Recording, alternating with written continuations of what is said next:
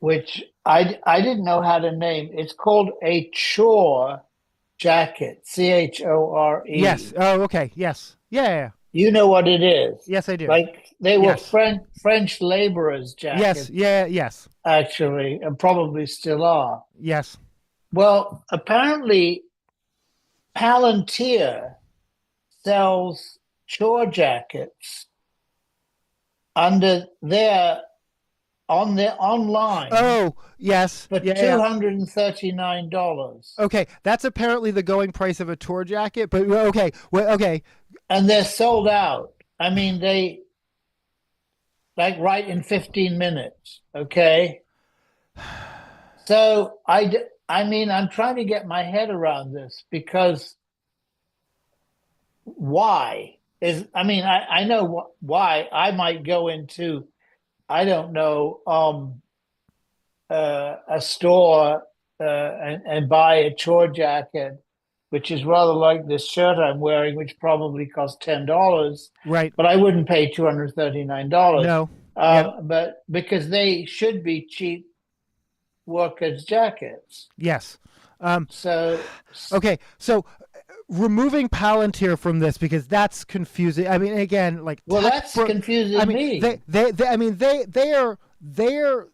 they make the surveillance technology. Is this MAGA? Because they make the surveillance technologies that ICE uses. I mean, Palantir is really No, a, we know that. I know this, they're a right? dark corporation. But yeah, I That, mean, but that's so. I'm asking is, I mean, this was reported in the Times as a kind of a fashion. this was in the style section. No, no, I know. That's what's why. Yeah, I believe you. It was in the Yeah, style section. So, but I mean, you could say this is like uh the Dow company that produced Agent Orange. I don't know. I know. No, I know. No. Sponsoring a polo neck sweater Yeah, or something. yeah, yeah. No, I I know. No, I know.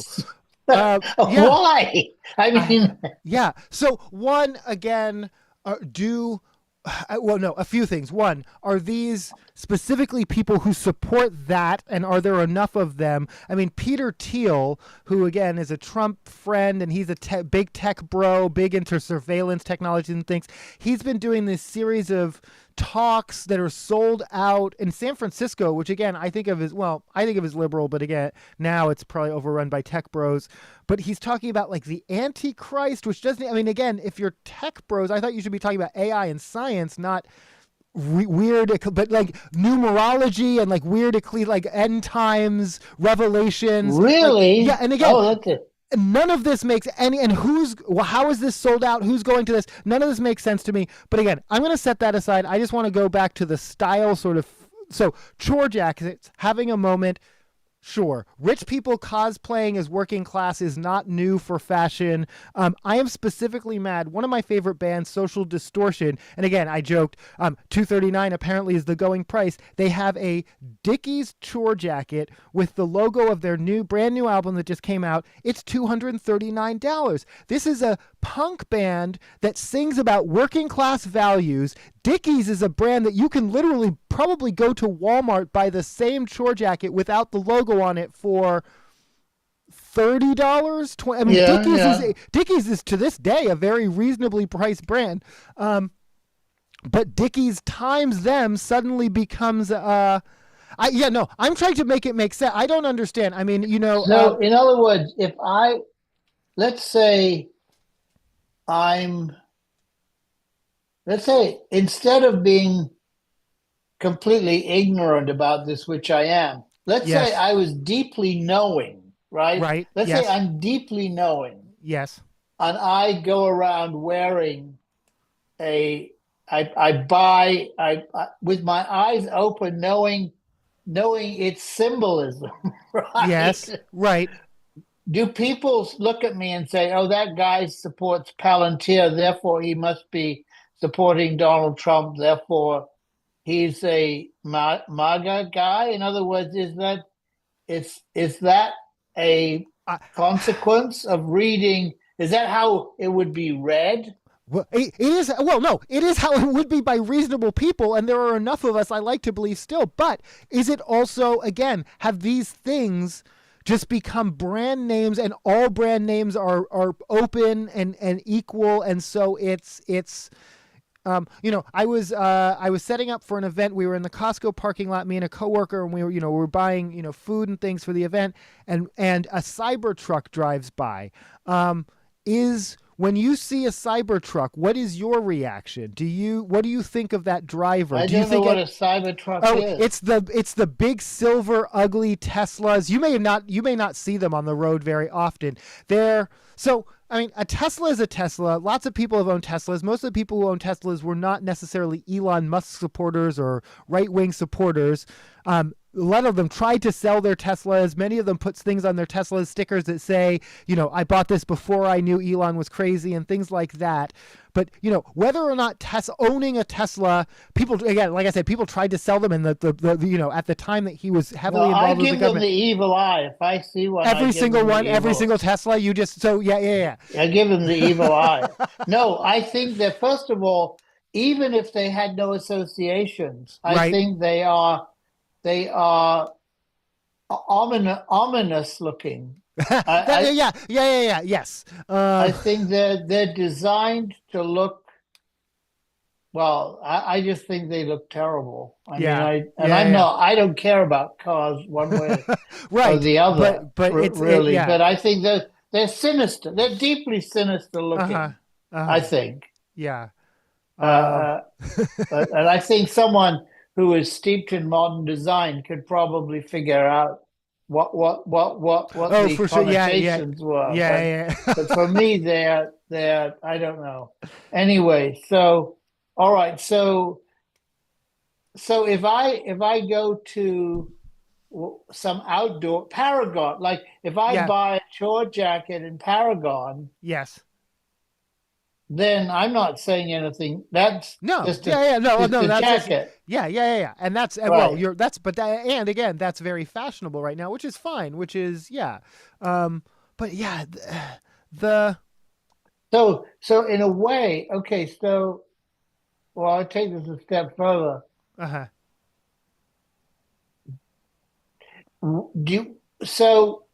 Would you wear a red baseball cap with nothing on it? No, and I don't trust you?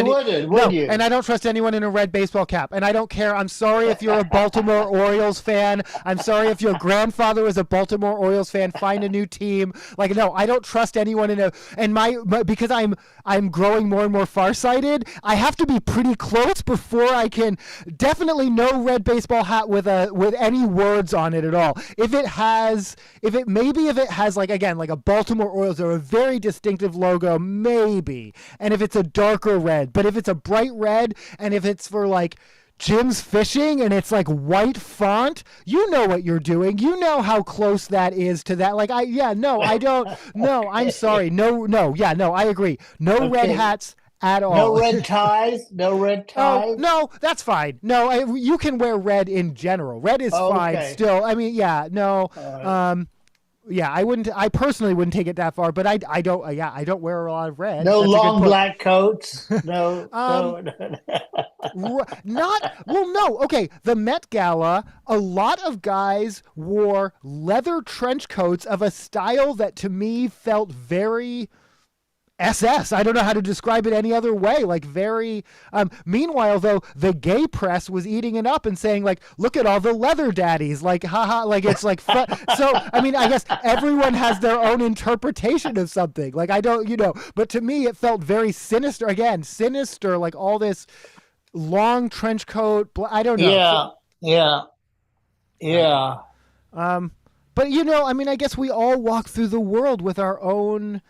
Okay, here's another one. Keith Haring is having a moment to the point where I am definitely seeing people who would not support, I would say right-wingers who would not support, who probably don't know he's gay, don't know any of his AIDS activism. They just know these sort of cheerful, colorful figures that if you just see the dog or just see the humans holding a heart are apolitical. And so they don't, Keith Haring has now been removed. And again, when I was growing up, he was still a graffiti artist. Like, I remember when you could still see a Keith Haring in the subway, but it would be gone by the afternoon because someone would steal No, it. But, I remember that too. I became aware of his work in the subway before I even knew his name. right. And Yes. yeah, Yes. yeah.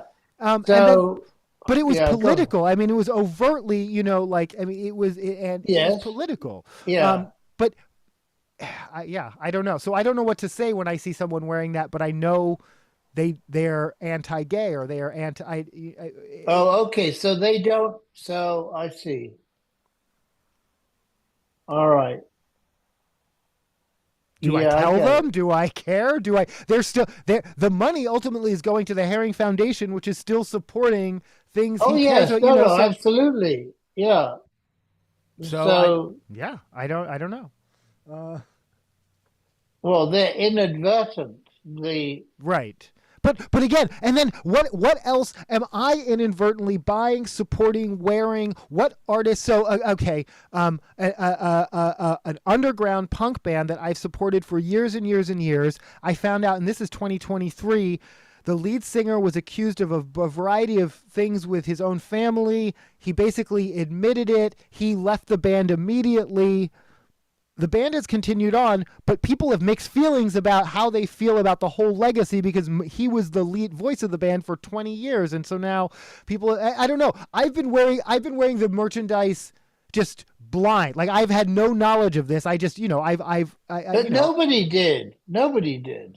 But but I'm saying for the last 3 years, because it's now 2026, other people have made assumptions that I would know or not know, that I've made a decision about whether I still support the band. I just didn't know. Now I am making that decision. I think I do still support the band, but I probably wouldn't wear the t-shirt. Like, I'll still listen to their music, but I wouldn't wear the t-shirt. But I didn't even know. And again, we all probably are supporting things, probably purchasing things, probably using a store that did something. It's almost impossible. Would you wear a T-shirt with a Woody Allen quote on it? No, and I find it very distasteful. I love Scarlett Johansson, but she's probably the highest profile person who still says, "Oh, well, we should forgive Woody," or she won't apologize for still being in his movies. Jodie Foster still, she wants everyone to forgive Mel Gibson.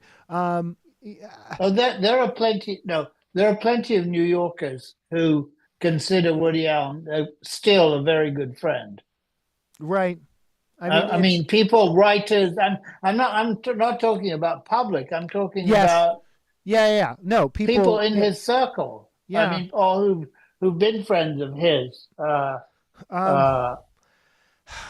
They seem to be able to completely ignore that. Or I don't know. Anyway, I find that very strange. But yeah. I forced myself to watch a documentary. It's probably maybe a decade or so old. It's about him mounting a jazz tour because he plays the clarinet. Right. Sun Yi, who has been his wife for decades now, Right. is his sort of manager, assistant, Right. practically she's physically helping him around.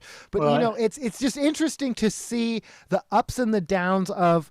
You can see where he can clearly see he's not welcome in the same way that he was, and there are long stretches of the documentary where they're just pretending, but it's obvious that he's just not.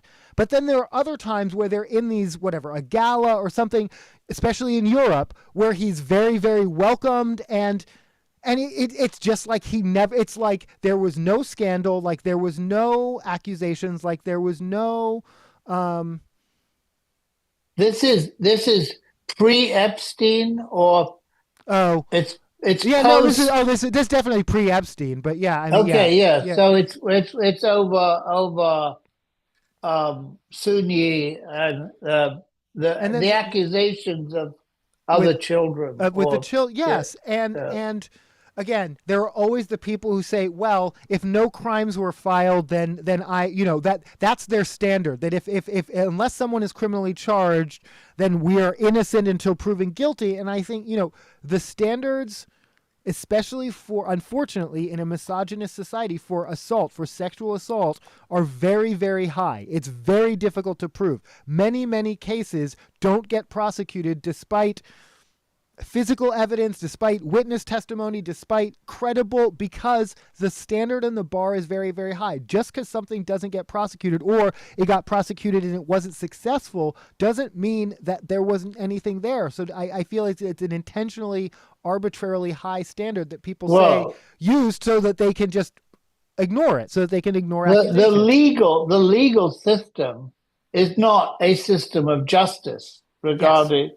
Yes. I mean, regardless of the use of the word justice for the Justice Department, but the legal system does not deal in justice.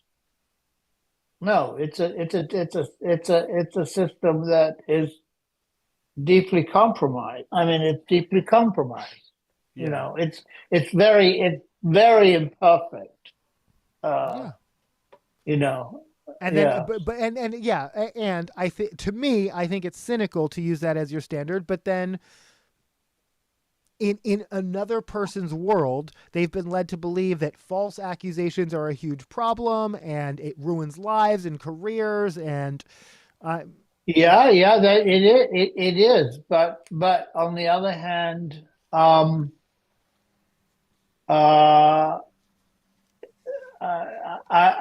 the opposite. To me, the muffling of the intimidation of people who have suffered, yes, is worth. I think it's. I'm sorry, it's worth it if some people are unjustly accused, in order to be able to rectify this huge imbalance where you have, for decades, for hundreds of years, women who were not allowed to complain, or who, when they did, they were accused themselves of whatever it is of well, you were dressed like this, or you went out with him, whatever it is. It's a terrible it's terrible, and it still goes on. But to me, the other piece of it is, as always, is who is entitled to a space in the public sphere? Who is entitled to an ongoing career? I think, there's no, for every Woody Allen who continues to be platformed, some studio still gives him money to make movies. How many other artists out there, young upcoming artists, didn't get their film funded because we're still, someone released Kanye West's album. How many up and coming rappers who are talented and don't support Hitler could have been produced and promoted with that money? Oh, that's a very good point. Yeah, we don't owe people a lifelong career, and they're going to be, Woody Allen is going to continue to make money from Annie Hall and whatever forever. He's not there. No one's going to be left destitute, but we don't owe them continued careers. We don't owe them, but there's this idea that, I don't know, I think. But it's all about the money. If they can continue to make money for somebody, exactly. They will completely ignore the fact they could have been in jail for 20 years for dismembering their mother. But if their books still sell, or their records still sell, somebody will be out there, right? And that's my entire take on Michael Jackson at this point, is that he still sells, it still streams, and so it doesn't matter what he did. No one will, accountability will never be held. What else? What else? Well, What else? And this may seem trivial, but it seems to me to be, I mean, it's yet another symptom. The Eisenhower building in Washington is made of granite, Yes. and the surface of the granite is the color of the building, Yes. and it has always been that color. Yes. In the same way that the Osborne, where we lived, was made of brownstone and it was brown. Yes. So Trump wants to paint the Eisenhower building white, Yes. which means he wants to paint granite, right?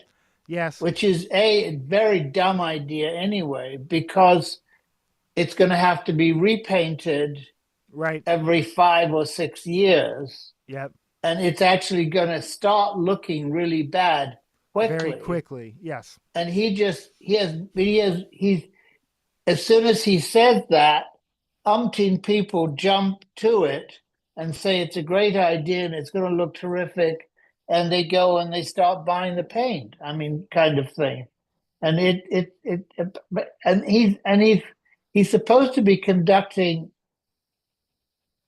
peace negotiations, right? I mean, what? Yeah, the things he spends his day. I mean, what his priorities are and how he spends his days, I think, are very obvious. How I think that is worth talking about. Again, any of the architectural stuff, to me, I just file it all under rage bait. So they're also painting the reflecting pool blue. This is the famous reflecting pool where MLK gave his "I Have a Dream" speech. People are up in arms about that. That being said, again, every time I do the investigation, I'm like, oh, okay, I don't know. I both refuse to get mad at it because it seems to be designed to as rage bait, so I won't take that bait. But also, it turns out the reflecting pool has been leaking for years. Apparently, this is like they're using the swimming pool paint that's going to be an attempt to both solve the leak problem, but also because it's America 250, they're going to paint it American flag blue. I'm just going to let it go. I'm not going to be mad about any of the. I say let him start his arch. What I think is going to be real, because what will happen is they'll start it, but they can only build so much, and then I think they'll just end up. It'll be unfinished. I say let them start his, because there's no way they can finish it. And so let them start something that'll be unfinished, and that will be his legacy, just like a hole in the East Wing. Like all the architecture stuff, all the names, the putting his name on everything. I mean, again, they're now putting his signature on printed money. Just for they're not going to put his face on it, which is actually illegal. Because someone said, "Isn't it illegal to put his name on money?" It is technically not illegal to put his signature on printed money, which they are going to start doing in lieu of the Treasury Secretary, which has traditionally been on printed money. Just for the record, though, the only countries who have the president on their money, the sitting current living president, North Korea, Turkmenistan, one other one in Zimbabwe. They're all authoritarian regimes. There is no democratic or that would do that. So we again, I refuse to be mad about it, but I will observe the company that we are putting ourselves in as we do this, as we unfurl big banners of him. The Boys is an HBO series set in a dystopian world with an authoritarian regime, but the side-by-sides of like a golden statue of the supreme leader in this fictional world, and then a real golden statue of Trump. The side-by-sides have become like the producers of the show don't want to distance themselves from it. They're like, just like The Simpsons. They're like, we're not psychic. We're not. It's just this is how authoritarian regimes behave. The fact that they're following a playbook doesn't make us prescient. Because actually, what he's doing with arches and statues and everything, they're cliche. They're actually cliches by now, anyway. So they're not particularly inventive when they turn up in fiction or right. I mean, he's Yeah, he does. He's not very creative about it, or else we'd have a Taj Mahal. We'd have something. We'd have a, Yeah, yeah, a really. You could yes. have something quite extraordinary if you had taste, but he doesn't have any taste. So you're right. Yeah. Actually, I think that's a very good point. A successor administration could actually just leave everything, mid as like Greek ruins or something, Yeah, right? yeah, yeah. That's yeah. And you could have a Trumpian tour of Washington Yep. from one unfinished, Yep. yeah, to another. Okay. So is the war, by the way, is the war, I'm not laughing. I'm is the war? I don't know. What war? There's no war. There was never. First of all, ask Mike Johnson. There was Oh, never a war. And even if there was a war, Trump terminated it. It's over. There's no war. There was never a war. Don't worry about the war. But also, yeah, I mean, we're still at war. I mean, it's in its day I think 81 or whatever. the vice president went out to told the farmers it was a blip. He used the word blip.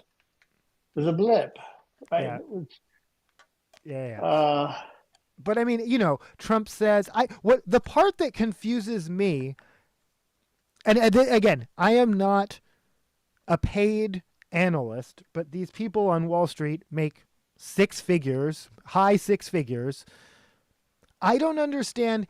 We all know, you and I know, and we're not paid to manage the markets, but we know that Trump is a liar. We know if he says the war is over, that doesn't mean the war is over. I don't understand how the markets actually are riding. Like every time he says that, oil goes up, oil goes down. Why? Why would they listen? Why would the market? I understand he's the president of the United States, but he's the it's liar kind in of chief. mysterious to me because I've been told frequently that regardless of what is going on, stock market doesn't like uncertainty. Yes. Oh, Whether there's yes. inflation or not, whatever, Yes. they like to know what's Yep. going on, Yeah. and that not knowing is actually what makes things collapse. And it Well, would seem to me yeah, that yeah, I'm surprised they haven't collapsed yeah. unless they actually ignore him. I don't know. Um, but they're not. I mean, well, They're okay. not ignoring him No, because okay. Here's where, yeah, no, that part, the stock market continues to soar. That part confuses me a little bit, but and this is where I do get a little bit conspiratorial. I don't think what feels uncertain to you and me is uncertain to them. I think, oh, and I see. again, I think the corporations, I think in private rooms, whether it's the tech bros, the oil people, he's made the private assurances, and or his people, his surrogates have made the private assurances that they're confident enough that he will give them the tax breaks, he will that all the other, that they are willing to ride all the other uncertainty, and then they do. And to then again, most of that uncertainty is for people that they don't care about. It's for the even if it is their own workers, they'll find more workers or replace them with AI. They're not. So he's a useful idiot. He's yeah. Oh yeah. No, I do believe that is very much how. And I am curious. I want to be very careful what I say here because even Mark Hamill had to take back. Yeah, I as always, I never wish anyone harm. I never wish anyone harm. Anyone, regardless of the amount of harm I think they're causing the world. That is just not who I am or in my nature. That doesn't mean I have to wish anyone well. That doesn't mean I have to wish the best for them. And at some point in the future, I'll figure that out. under what circumstances Trump will cease to exist. Obviously, the left will have their reaction, but I am very curious what the right's reaction will be. And I don't think it is what people. I don't know. I don't know. But yeah, I think a lot of people. I think he's a useful idiot for a lot of people. But and that's it. I think for the Christian right, whether he again. regardless of what he says or does, whatever AI he posts, they're going to forgive it because because of what he's done with abortion, because of what he's done pushing, we now have Bibles in schools in Texas and Oklahoma, and they're looking to expand that. He regardless of who he is, he's gotten them what they want done. John, I'm sorry, this is switching gears a little bit. No, go ahead. John Roberts saying that he does not believe the Supreme Court is political. Did he say that? He said that. He said that this week. The Supreme Court of the Chief Justice of the most partisan. Like, what would be political to him then? Like, I don't understand. What does that word mean to him then? Because it seems to me that almost every major decision, since it's been a 6-9 Supreme Court, has fallen along political lines. And they have, and the cases that they've chosen, and the amount of emergency cases of this administration's choosing that they've put forward over, long-standing, cases that are of significant meaning to American public that have worked their way through the courts through years, but now we're doing all these emergency. Trump, they're completely part of it. But he thinks. But surely many of the dissenting opinions that come out of the three justices of dissent, indicate how political those decisions are. Absolutely. I mean, they state that quite unequivocally. Absolutely. And that's why they're against them, because they are political. So what does that mean then? That they're, not only does he disagree with their opinions, he doesn't even take them into consideration. Their perspective, the three jurors on the Supreme Court, right. Their perspective doesn't even count to him. I mean, that's literally what he said. I mean, that's one way to interpret it. Yes. Yeah. It doesn't affect policy, therefore we don't care. And that is how this entire administration, all three branches, operates. You can't control anything, so we don't care what you think, which I feel is very short-sighted, because especially many of the precedents they're setting, when other people who I don't believe are necessarily much more scrupulous, but come from the Democrats will take control and do all this stuff too, maybe for the good of people I care about, but maybe also just in self-serving ways, just like the Republicans. Our government has become broken by, well, it's not broken. It is there, but we need to fix a lot of things. It is party rule. Yes. Whichever party is in power, yes, will rule without regard for the other party's policies, opinions, or whatever, because they can, right? Because they have a majority, they're going to wield it.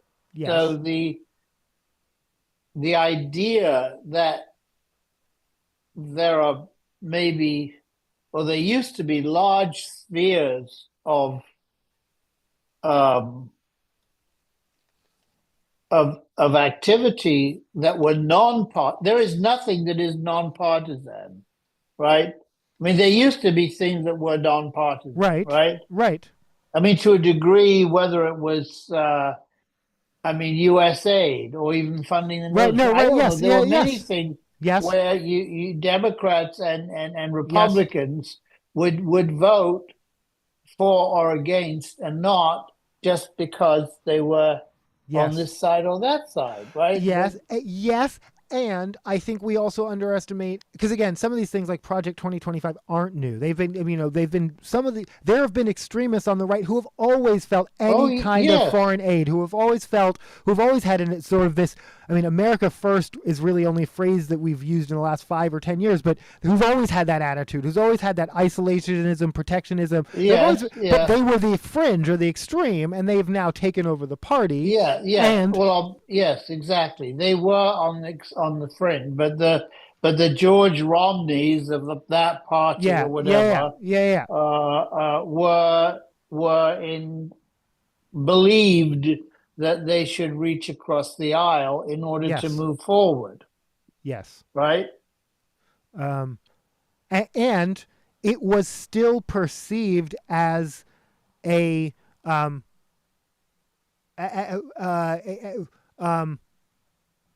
they people it was positive to reach you were seen as someone who was magnanimous, who was a good negotiator. Now just having your photo taken, we've descended into true tribalism. I mean, it's and I mean, Yeah. and I admit myself too. I mean, again, you can't even wear a red hat. It doesn't even. It could be a red hat supporting something I agree with, but if it's a red hat, I'm suspicious. I'm skeptical. So I mean, I agree. I admit myself as well, but and I don't know what the solution is. I mean, so I've been saying all along I'm nervous about the midterms. Obviously, I mean the Supreme Court have just allowed a free for all now, and I mean, what do you think? What I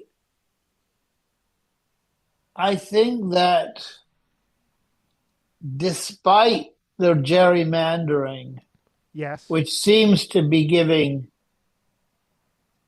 more to the Republicans than to right, Democrats, right, I think that,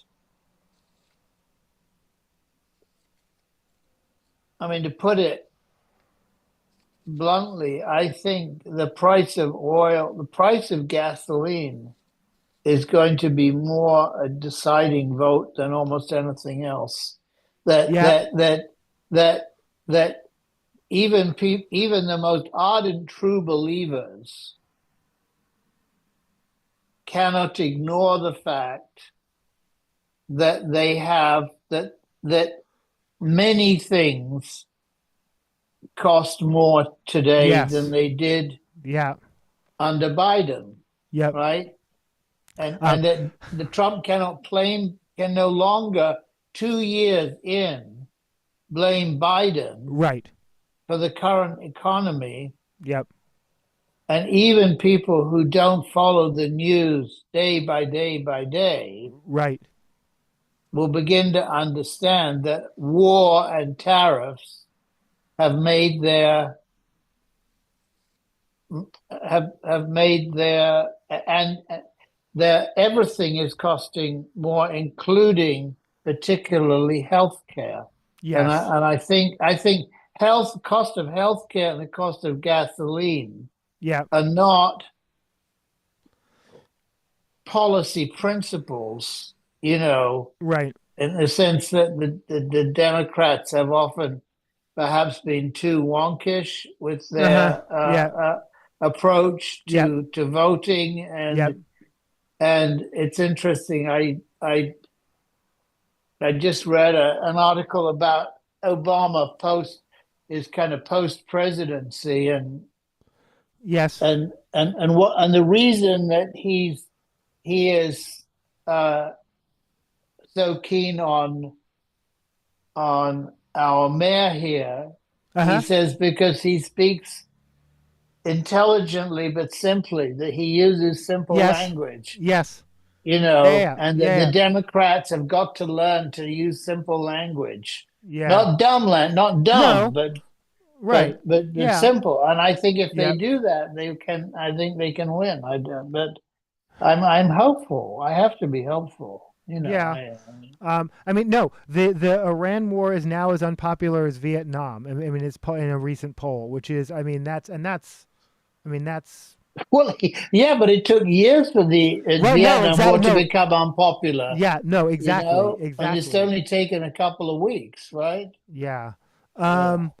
No, and I agree with you. I think, um, well, not just the price of gas, but everything. I mean, literally had that embarrassing moment where I was in the store and they said it's $117 and I said no. And then I made the cashier say, "Well, that's 17.99. That's this, and that's this, and the tax is this."